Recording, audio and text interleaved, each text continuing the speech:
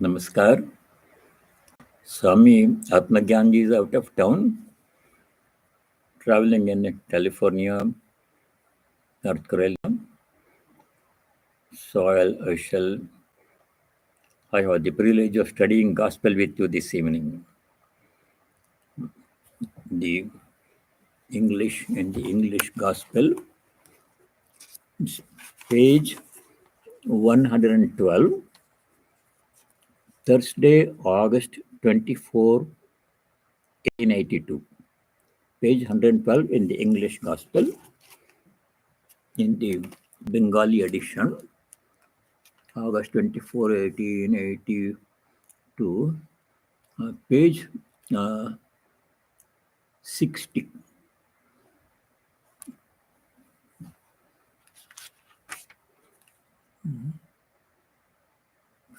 Page 60 in the Bengali edition, Tritiya Parichhed, Kamani Kanchani Yoger Bhyagat, Sadhana or Yoga Tattva. Anybody wants Bengali gospel? Apurvada?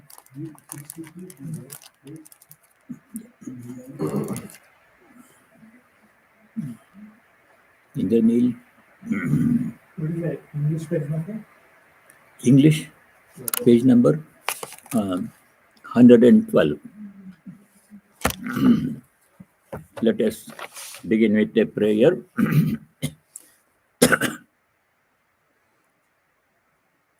ॐ तव कथामृतं तप्तजीवनं कविभिरीडितं कल्मषापहं श्रवणमङ्गलं श्रीमदाततं भुवि गृह्णन्ति ते भूरिदा जनाः.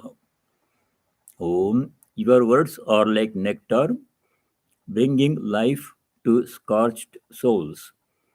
They are prized by poets and remove all sin.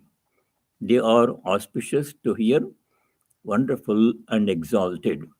Those who spread these words throughout the world are truly giving souls. Om Shanti Shanti Shanti.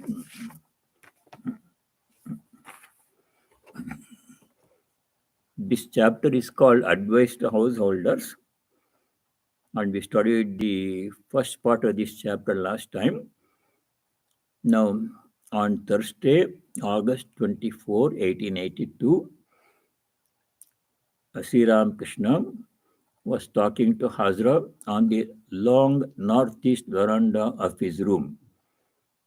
I should like to visit Ishwar Chandra Vidya Sagar. When M arrived, he saluted the master reverently. Master, I should like to visit Ishwar Chandra Vidya Sagar a few times more.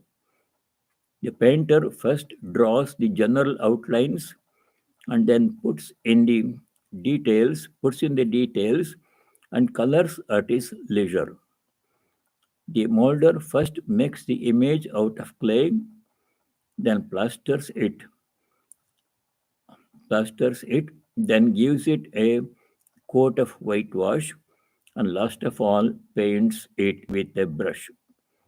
All these steps must be taken successively. Vidyasagar is fully ready, but his inner stuff is covered with a thin layer. He is now engaged in doing good works, but he does not know what is within himself. Gold is hidden within him. God dwells within us. If one knows that, one feels like giving up all activities and praying to God with a yearning soul. So the master talked with him, now standing, now pacing up and down the long veranda. The nurturing of a relationship, especially between the most sacred relationship between a teacher, spiritual teacher, and a seeker, a student, happens in this way as described by Sri Ramakrishna. We can clearly see how this relationship, most significant relationship in Eastern spiritual history of Sri Ramakrishna with M, happened in this way. When M visited Sri Ramakrishna, um, for the first time in the evening, nothing much happened. He had gone there with relative Sidhu, and not much conversation happened. Second time, on a wintry morning in February, M went alone to see Sri Ramakrishna in the morning. And the conversation that happened between Sri Ramakrishna and M, that is probably the most significant conversation. In one meeting, that February cold morning, in one meeting, Sri Ramakrishna gave the gist of his teachings, most important points. Then, during the remaining years of their relationship, gradually Sri Ramakrishna filled in the details, gave explanation, corroboration, supported by experience, gradually, repeatedly, so that M could grasp and capture and assimilate all his teachings and record them and give it as the most precious gift to posterity. Just like a sculptor, when he sees a stone, so many stones are there, all of them are not fit to be made into sculpture. Only certain stones can be made into sculpture. And the expert sculptor, recognizes that stone among all the other numerous stones there. Sri Ramakrishna did that. So many devotees used to go to him. When he saw M for the first time, then yes, this is the person who is going to record my teachings and give it to posterity. Same thing happened when he met Narendra. Yes, this is the person who is going to spread my teachings. So that happened. And in the first meeting, what Sri Ramakrishna did, meeting between him and M, he asked some 4 very inconvenient questions of him. There was a purpose behind those questions. It was inconvenient, somewhat embarrassing, and somewhat painful for M, but that had to be done. So, one question he asked was after greetings and generalities, Sri Ramakrishna asked M, "Are you married?" M said, say, general question, people ask, "Yes, I am married, sir." "Oh, Ram Lal is married." B.A. College expressed displeasure, and M was surprised. Is it bad to be married? And then he didn't know. Then, uh, second question Sri Ramakrishna asked was, "Do you have children?" Now, M had children, so he had to say, "Yes, sir, I have children too." "Oh, even he has children." Uh, Gone. M was confused and didn't know what to make of Sri Ramakrishna's remarks, reaction to his replies. The third question Sri Ramakrishna asked of M that morning was, it was a trap into which M fell readily. Sri Ramakrishna asked, "What kind of person is your wife? Is she a jnani or is she ignorant?" Now M's heart is beating. What to say? He says, "Sir, I'm afraid she is ignorant. She is not educated." Immediately, Sri Ramakrishna sharply kind of rebuked him. "And you are a jnani? You are calling your wife ignorant?" So M did not know what to say. He thought going to school, getting degree, that is education. And M's wife had not done that, so she's uneducated. Sri Ramakrishna said, "Education means knowing God, not worldly knowledge." So M had to assimilate this truth. Until then, M was thinking going to school, college, education, getting degree, that is education. But Sri Ramakrishna corrects him. That is one kind of education, apara vidya.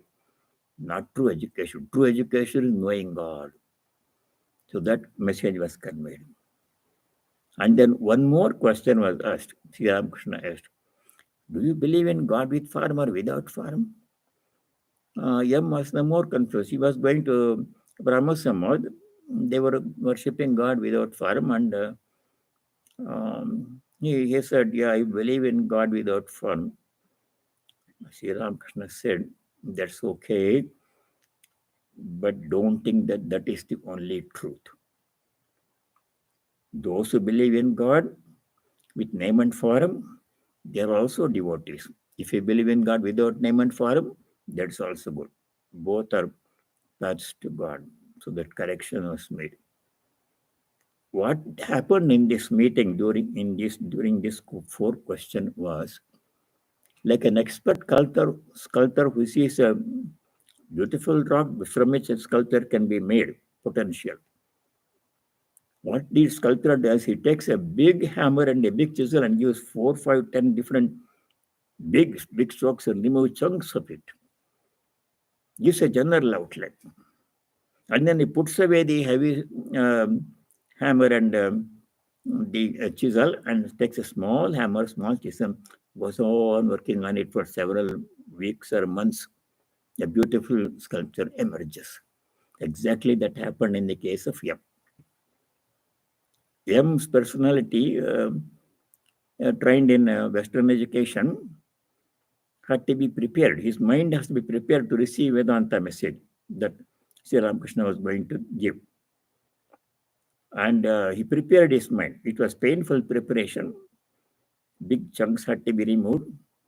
And then once that was done, so during remaining subsequent meetings, Sri Ramakrishna gradually modified everything, repeated the instructions several times, gave examples and explanations, and explained experiences over a period of 3, 4 years. Same thing happened in the case of other disciple, but he said here he visited Ishwar Chandra Vidyasagar once. He saw potential there. Ishwar Chandra Vidyasagar was a Sathik person doing philanthropic work, promoting education, helping people. But on the spiritual side, he was not ready yet. He was doing it as social service, good thing to do, good person. But the message of spirituality that God is with him had to be conveyed over a period of time. That didn't happen because Ishwar Chandra Vidyasagar, they didn't meet again. He wanted to go to Dakshineshwar and see Sri Ramakrishna. That didn't happen. Anyway, that story ended there. So he continues instructions to Sri Ramakrishna. So the master talked with him, now standing, now pacing up and down the long veranda. Master, uh, a little spiritual discipline is necessary in order to know what lies within. As you said earlier, in the previous paragraph, God is present within us all. Most of the time, most of the people are not generally aware of it, maybe vaguely aware of it, but not actually pursuing, experiencing God within. But to know that God is present within us is the first step. That has to be conveyed. A little spiritual discipline is necessary in order to know what lies within. Otherwise, if a person is totally involved in worldly activities, worldly life, job, profession, family, property, name and fame, then that person has no time or inclination or anything to think deeply about the divine presence within. The main message of Vedanta is God is present within all. That we know from other scriptures, especially in the Gita and the Upanishads, it says God is present in all. Upanishad says all actually are divine. Swami Vivekananda said each soul is potentially divine, but it remains unknown to majority of people. So to know that one, to become aware of God's presence, some spiritual practice is necessary. And if it happens, a person is lucky, he will The way to realization is paved in that case. Adult spiritual practice is necessary in order to know what lies within. M. Is it necessary to practice discipline all through life? Good question. Sri Ramakrishna replies, no, but one must be up and doing in the beginning. After that, one need not work hard. The helmsman stands up and clutches the rudder firmly so long as the boat is passing through waves, storms, and high wind, or around the curves of a river. But he relaxes after steering through them. As soon as the boat passes the curves and the helmsman feels a favorable wind, he sits comfortably and just touches the rudder. Next, he prepares to unfurl the sail and get ready for a smoke.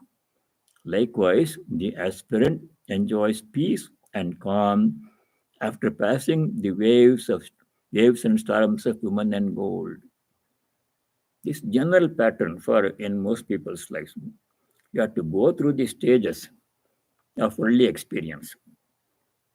If we go through the stage of early experience and at the same time if you reflect on our experiences, then we know none of this is permanent, none of this gives happiness, and only God can true happiness can come from knowing God. To come to that conclusion, most people have to go through the experience of worldly life. Sri Ramakrishna calls it bhoganta, satiety. Otherwise, they will not even think about God or anything else. In leading a worldly life, householder's life, happiness is there, pain is also there. If a person reflects on the experiences, his own experiences or her own experiences of early life, then he can see the message there clearly. Yes, there is happiness, but there is a lot more unhappiness, and we have to overcome both. None of this is permanent, happiness and happiness. And we have to realize that deeper, we have to get a deeper understanding of the divine presence within us. That awareness arises if a person reflects while leading a householder's life, reflects on all the experiences. For some people, it will take a very long time. Some people come to the conclusion quickly, but you have to go through the experience. And some spiritual practice is necessary. Then we know that some divine presence within us, and the goal of life is to realize that one, experience that one. If we don't do that one, no matter what else we do, however successful we may be, wealthy we may be, famous we may be, none of that really gives lasting happiness. They will all fade away. Adyantavantaha kaunteya nateshu ramade buddha, Sri Krishna says in 522 Gita. A wise person does not take any delight, does not hanker worldly experiences. So reflection is necessary. Some, likewise the aspirant, some are born with the characteristics of the yogi, but they too should be careful. It is woman and gold alone that is the obstacle. Sri Ramakrishna says this woman and gold being obstacle many times in his teachings. It's easy to misunderstand this instruction. What he meant by woman and gold, Kamini Kanchana, does not mean woman. It is desire for enjoyment, sensory enjoyment. That is lust or kama. Instead of woman, we should replace the word kama. By Kanchana means gold. Gold does not literally means gold. Although for some people it is the main goal, purpose of life should gather money, wealth. Gold means desire for wealth, greed for money and wealth. Kama and this lobha, these two are main obstructions to spiritual life. These two are mentioned in the Gita, plus one more. Sri Krishna adds one more. In the third chapter of the Gita, when Arjuna asks Sri Krishna, why people do sinful deeds? Sometimes knowingly they do sinful deeds. They don't want to do, still they are somehow impelled to do spiritual deeds, sinful deeds. Why? What makes them do? अथ केन प्रयुक्तोऽयं पापं चरति पूरुषः अनिच्छन्नपि Varshney बलादिव नियोजितः. Even a person is unwilling to do in sinful deeds, as if propelled by some force, he ends up doing it knowingly. What, why this happens? What makes a person do sinful deeds?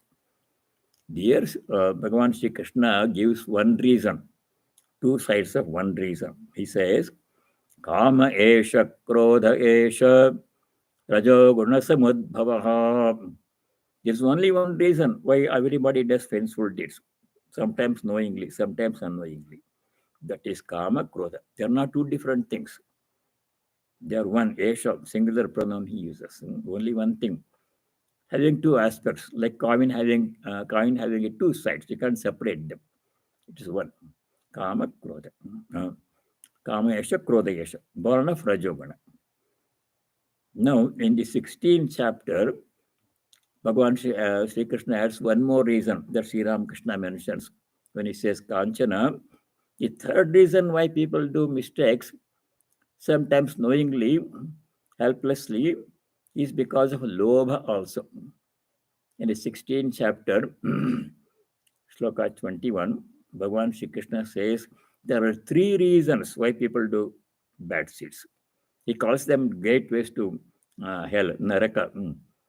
Trividam narakasyedam dwaram nashanamatmanah. Narakasya trividam dwaram.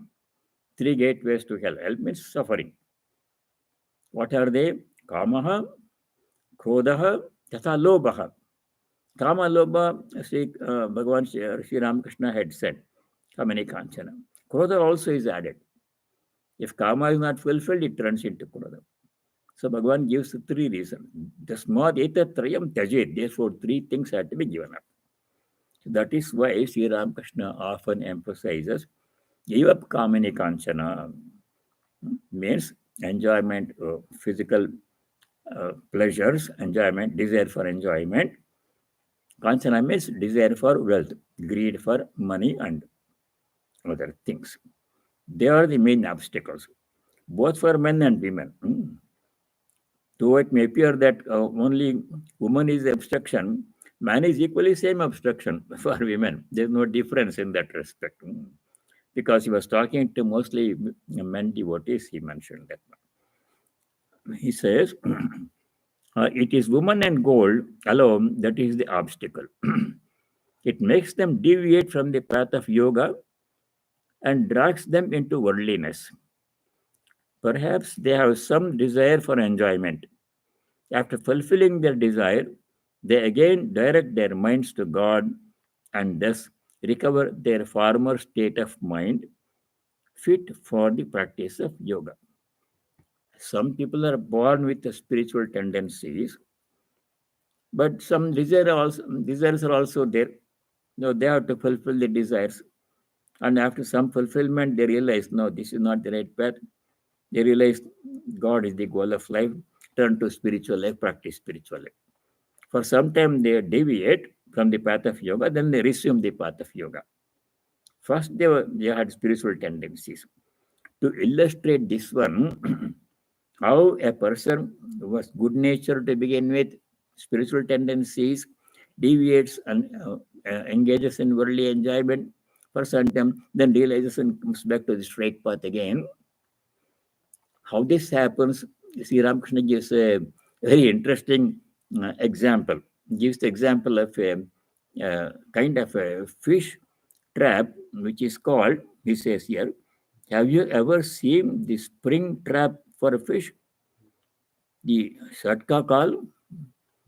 No, sir, I haven't seen it.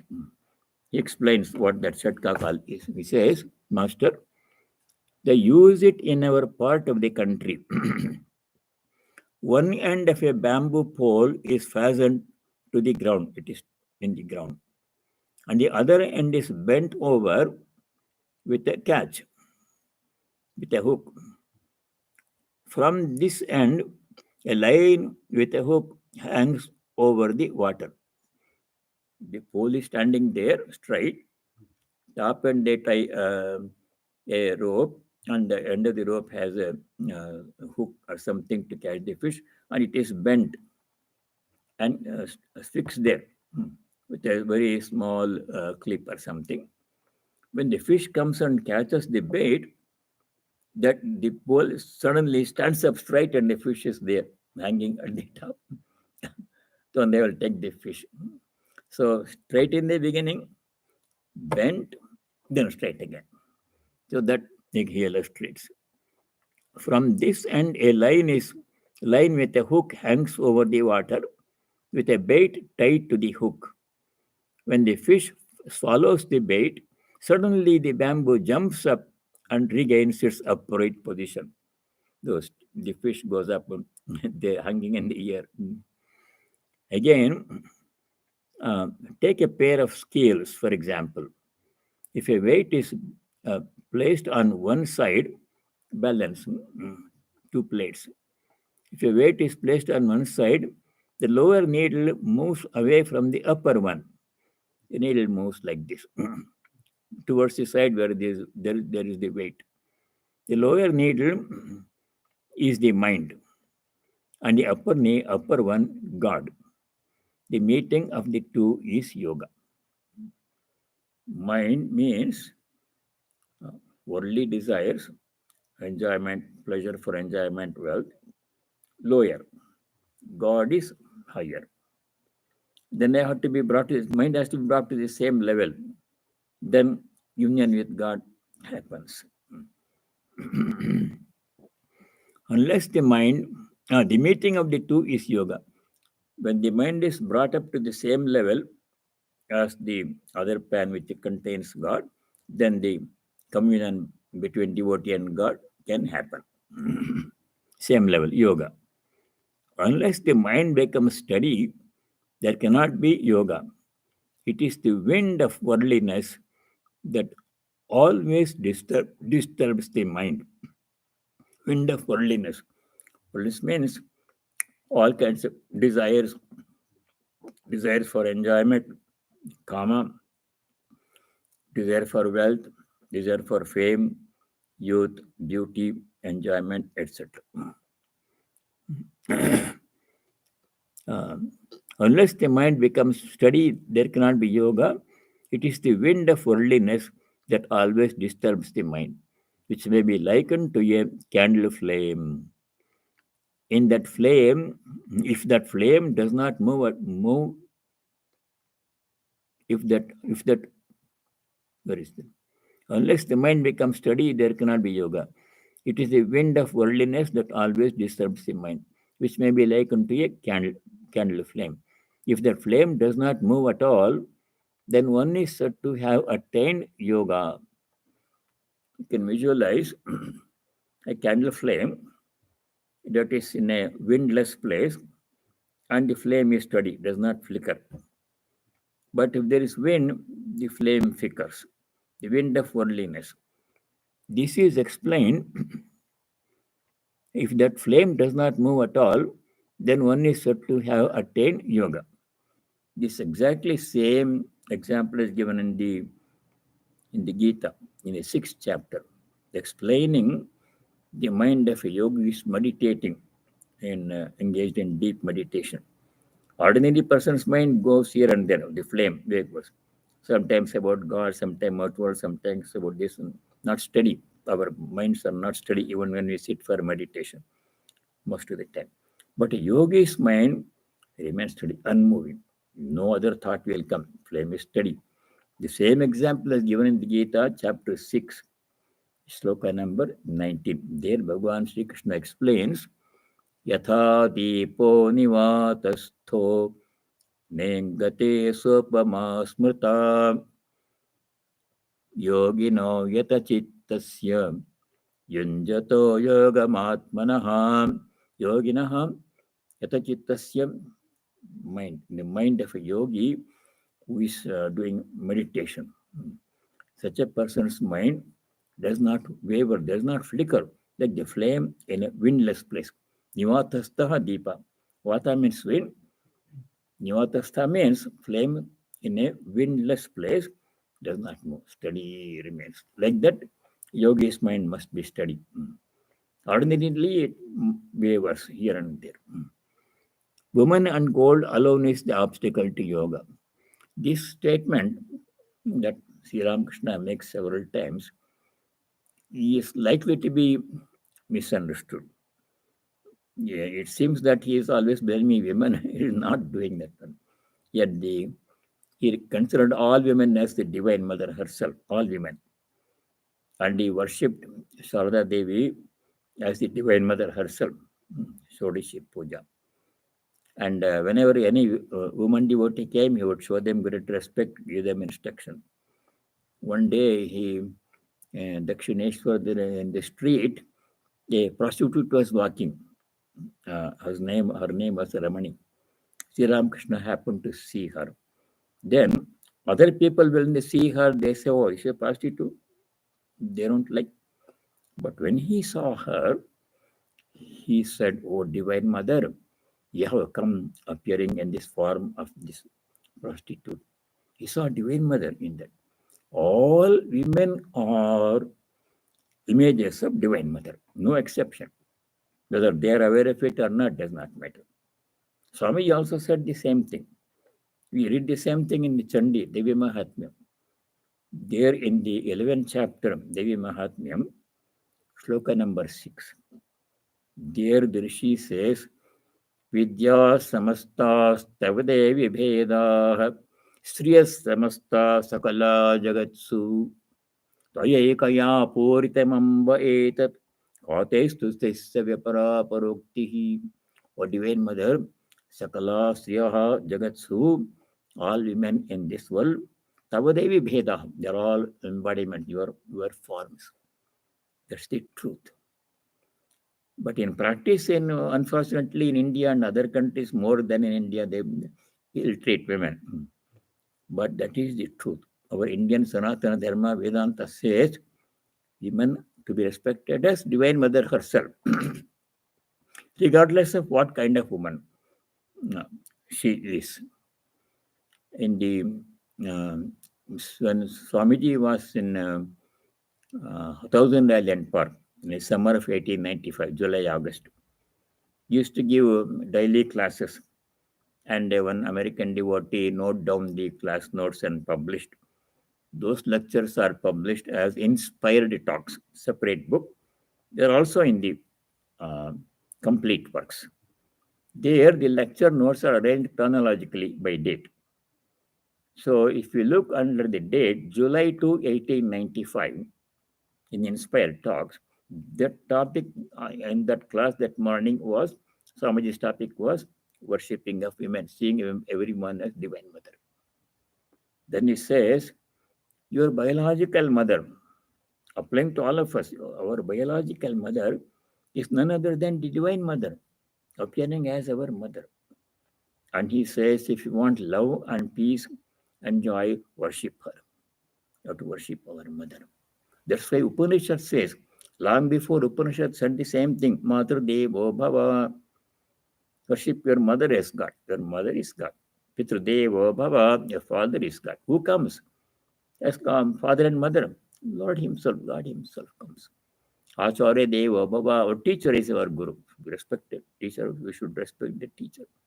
Guru comes in the form of teacher to teach us. Guru comes in the form of parents to take care of us. Guru comes in the form of Atiti, guest. Atiti Devo Bhava. So those instructions are there. So women should be always respected. When Sri Ramakrishna says women and obstacle are the women and gold are obstacles to spiritual life, what he means is not woman per se, but the desire of man to look upon woman as an object of pleasure. Same thing happens for women. Women should not look upon man as an object of pleasure. Men should not look upon women as an object of pleasure, but they should worship as God. It's easy to misunderstand the terminology is like that. Kamini Kansara in Indian language, it is translates into woman and gold. It could have been lust and greed instead of woman and gold. Woman and gold alone is the obstacle to yoga. Always analyze what you see, what is there in the body of a woman, body of a man also. There is no difference, body of woman and man. Only such things as blood, flesh, fat, entrails, and the like. Why should one love such a body? Man's body, woman's body, there is no difference at all. Same ingredients, same components, and no difference. So he's talking to man, so he says like that. Sometimes I used to assume a rajasic mood in order to practice renunciation. Once I had the desire to put on a gold embroidered robe, wearing a wearing a ring on my finger, and smoke a hubble bubble with a long pipe. Mathur Babu procured all these things for me. I wore the gold embroidered robe, shawl, and gold embroidered robe.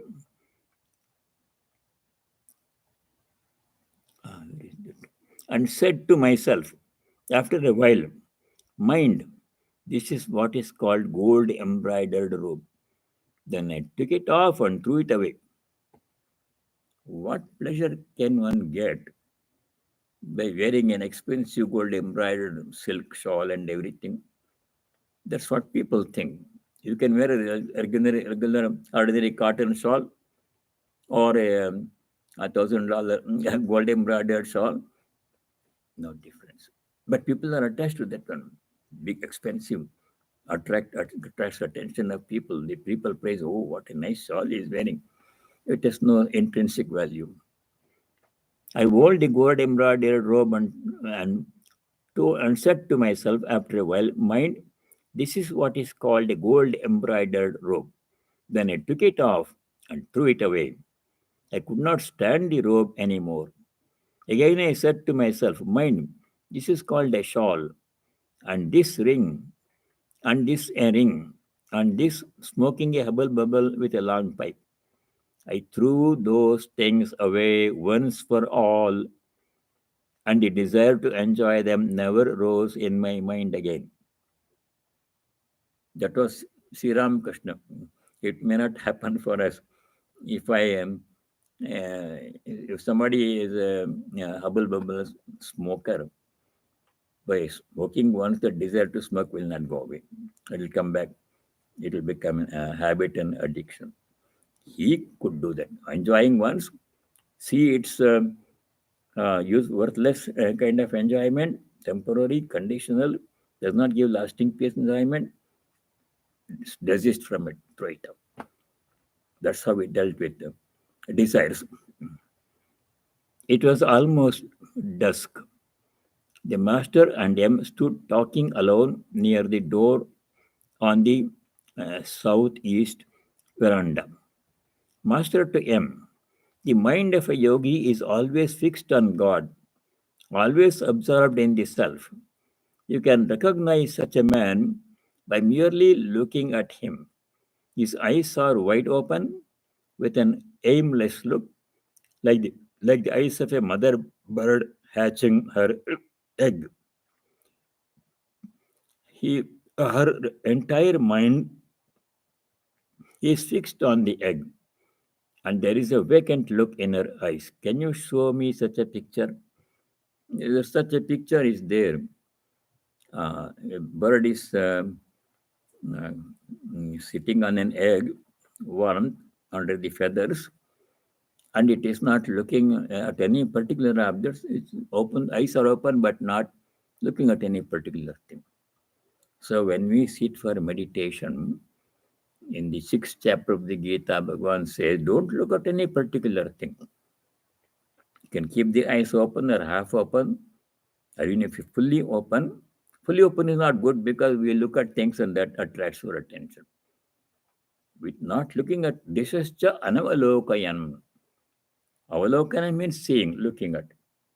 Anuvaloke, not looking at Disha means all the direction. Looking this side, who came late to meditation, is looking this side, who is sitting on a chair, who is sitting on a floor, and looking this way, that way is not good. Mind goes in towards those objects which we'll look at, not looking at any particular object. Like the bird. Can you show me such a picture? I shall try to get one. As evening came on, the temples were lighted up. Sri Ramakrishna was seated on his small couch, meditating on the Divine Mother. Then he chanted the names of God. Incense was burnt in the room where an oil lamp had been lighted. Sounds of conch shells and gongs came floating on the air as the evening worship began in the temple of Kali. The light of the moon flooded all the quarters. The master again spoke to M. Master, perform your duties in an unselfish spirit. The work that Vidyasagar is engaged in is very good. Always try to perform your duties without desiring any result. That is very important instruction. Throughout the Gita, Bhagavan Sri Krishna emphasizes this path of karma. We all have to work. Nobody can remain without doing work even for a short moment. We know from experience. We are doing something always. If nothing else, at least we are walking, eating, talking, breathing. Activity cannot be stopped. That Sri Krishna says in the third chapter of the Gita, which is known to us already. You don't have to be told that you cannot stop activity. But Bhagavan says in chapter 3, verse 5, Nahi kaschit kshanamapi jato tishtatya karma karat. Kshanamapi, even for a moment, no one can stay without performing any work, akarma karat, without doing any work. We all have to be engaged in work all the time. So, since you are always doing some work, why not do all the work as worship with love and devotion and gratitude? Then that will be spiritual activity. All work is sadhana, spiritual activity. We make a distinction. This is secular activity, going to office work and taking care of children, family, cooking, cleaning, spiritual, secular activity, worldly things. Meditation, japa, scripture study, spiritual activity. We separate them. There is no such separation. Every activity can be spiritualized and become spiritual activity. That's what Sri Krishna says in the Gita. Whatever you do it as an offering to me, do it as worship. Several times in the Gita, Sri Krishna says, whatever you do it as an offering to me, do it as worship, as puja. That will pave the way for realization. So that is what Sri Ramakrishna is saying here. Perform your duties in an unselfish spirit. The work that Vidyasagar is engaged in is very good. Always try to perform your duties without desiring any result. Anything that we do, we should be done as a worship and offering, then our part ends. Doing the duty, work is our part. Result of work is not in our, we are nothing to do. It's in the hands of God. So this the message comes in the Gita. There it says, one place where it says in the Gita, do everything as an offering, as yajna, not expecting anything in it. Something will come in return. No work will be without return. Karma phala will come. But that's not the main reason. We should not be attached to karma phala. You should not be swayed by karma phala. If it is good, we are happy. If it is not good, we will be sad. That should not be there. There says in 18, sloka number 6. Etanyapita karmani sangyam tiktva phalani cha. All this karma, yajna, dana, tapas and everything are to be done sangam tyaktva. Giving up attachment to karma phala, both. Phalani cha, giving up attachment to fruits of action. Just what Sri Ramakrishna is saying here. Perform your duties in an unselfish spirit. The work that Vidyasagar is engaged in is very good. Always try to perform your duties without desiring any result. M. Yes, sir. But may I know if one can realize God while performing one's duties? Very important question. Can Rama and desire coexist? The other day I read in a Hindi couplet where Rama is, their desire cannot be. Where desire is, there Rama cannot be. Jahan Ram, ta kam nahi. Jahan kam, tahan Ram nahi. They can't coexist. Uh, uh, desire and spiritual pursuit, Rama, taking the name of Rama. Sri Ramakrishna says in response, Master, all without exception perform work. No one can remain without performing work even for a short time. Even to chant the name of God and glories, even to chant the name and glories of God is work, as is the meditation of the non dualist on I am He. Breathing is also activity. There is no way of renouncing work altogether. So do your work, but surrender the result to God. Surrender the result to God. That is main teaching in Karma Yoga. In many places in the Gita, Bhagavan says, Mai sarvani karmani sanyasya. Whatever karma you do, offer it to me. Sloka number 13, chapter 3. So, sloka number 27, chapter 9, 927, he makes it very clear directly. Bhagavan says, Yat karoshi yadashnasi, jajjukoshi dadasi yat tapasyasi kaunteya tatkurusha madarpanam. Whatever you do, yat karoshi, tatkurusha madarpanam. Do it as an offering to me. Why he is asking us to offer our work to him? God is asking, does he need our work? No. He's the Lord of the whole universe. What does he need from our work? Small thing that we do. What use it? Of what use is it to him?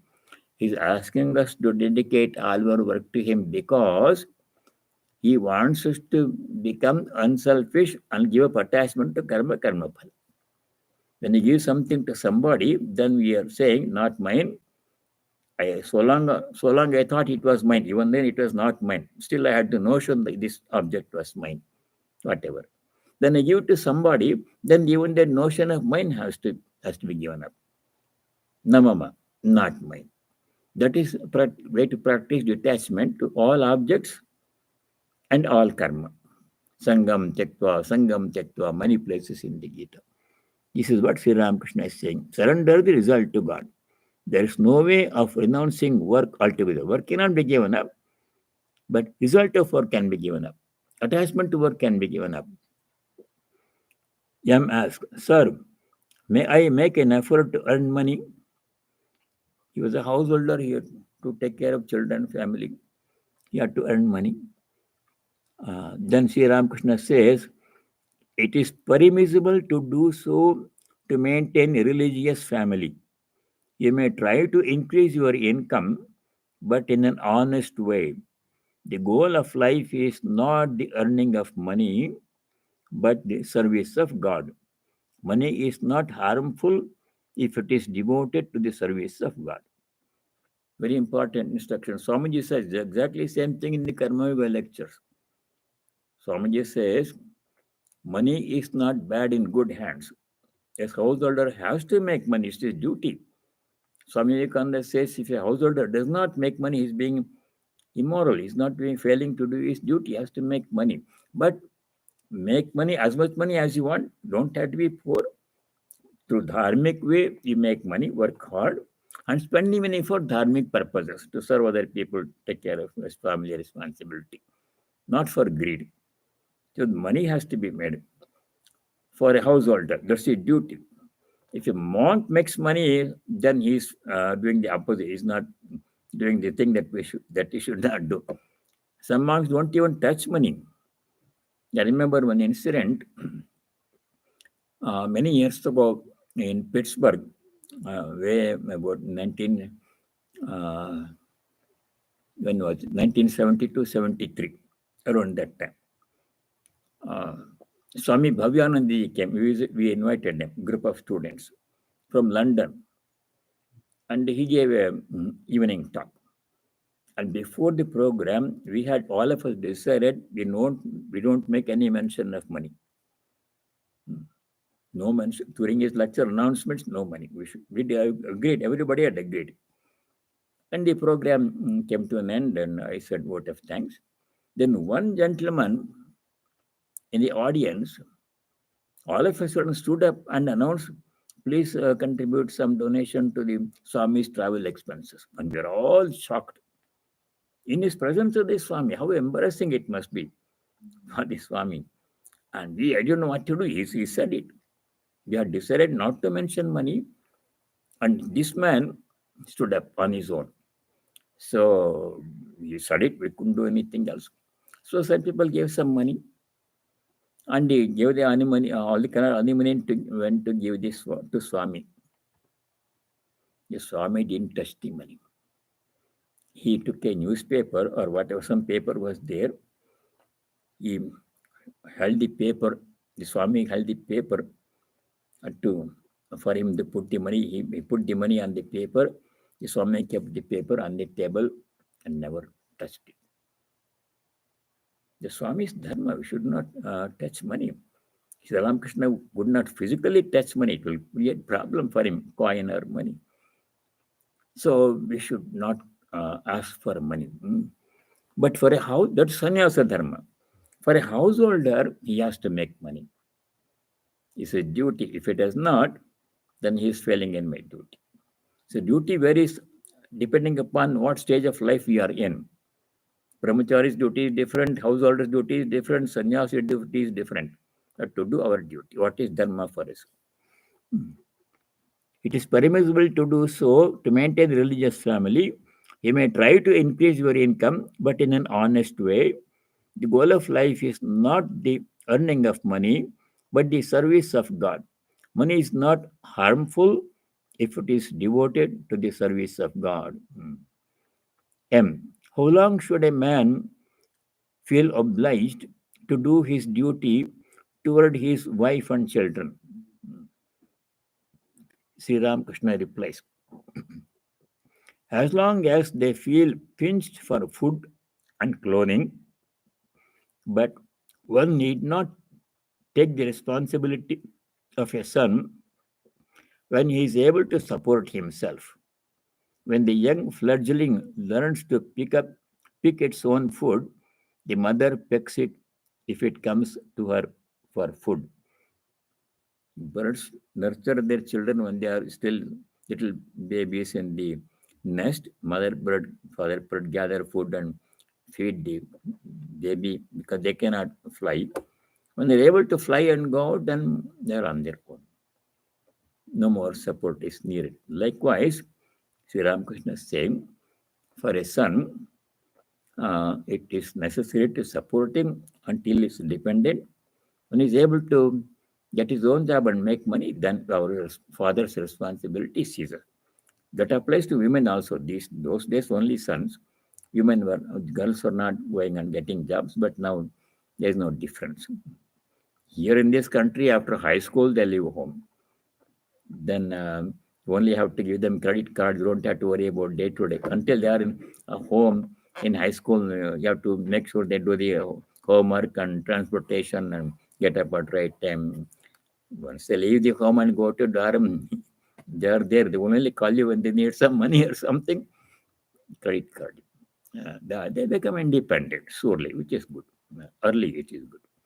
So that is the explanation Sri Ramakrishna gives. How long should a man feel obliged to do his duty towards his wife and children? As long as they feel pinched for food and clothing, but one need not take the responsibility of a son when he is able to support himself. When the young fledgling learns to pick its own food, its mother pecks it if it comes to her for food. So the conversation continues. It's a very interesting chapter containing very interesting instructions. So we shall stop here and I shall say the closing prayer.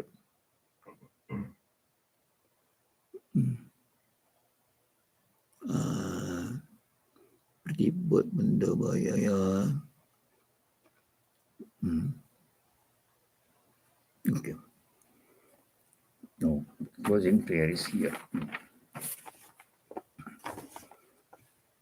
Om Niranjanam Nityamanantarupam Bhaktanukampadritavigraham Vai Ishavataram Parameshamidhyam Tam Ramakrishnam Shirasa Namamaha. Om. We bow our heads before Sri Ramakrishna, who is stainless, of infinite nature, whose heart melts in sympathy for his devotees, who is an embodiment of the divine and the supreme Lord, and ever worthy of our worship. Om Shanti Shanti Shanti. Thank you all. Stay well, and God willing, see you next week.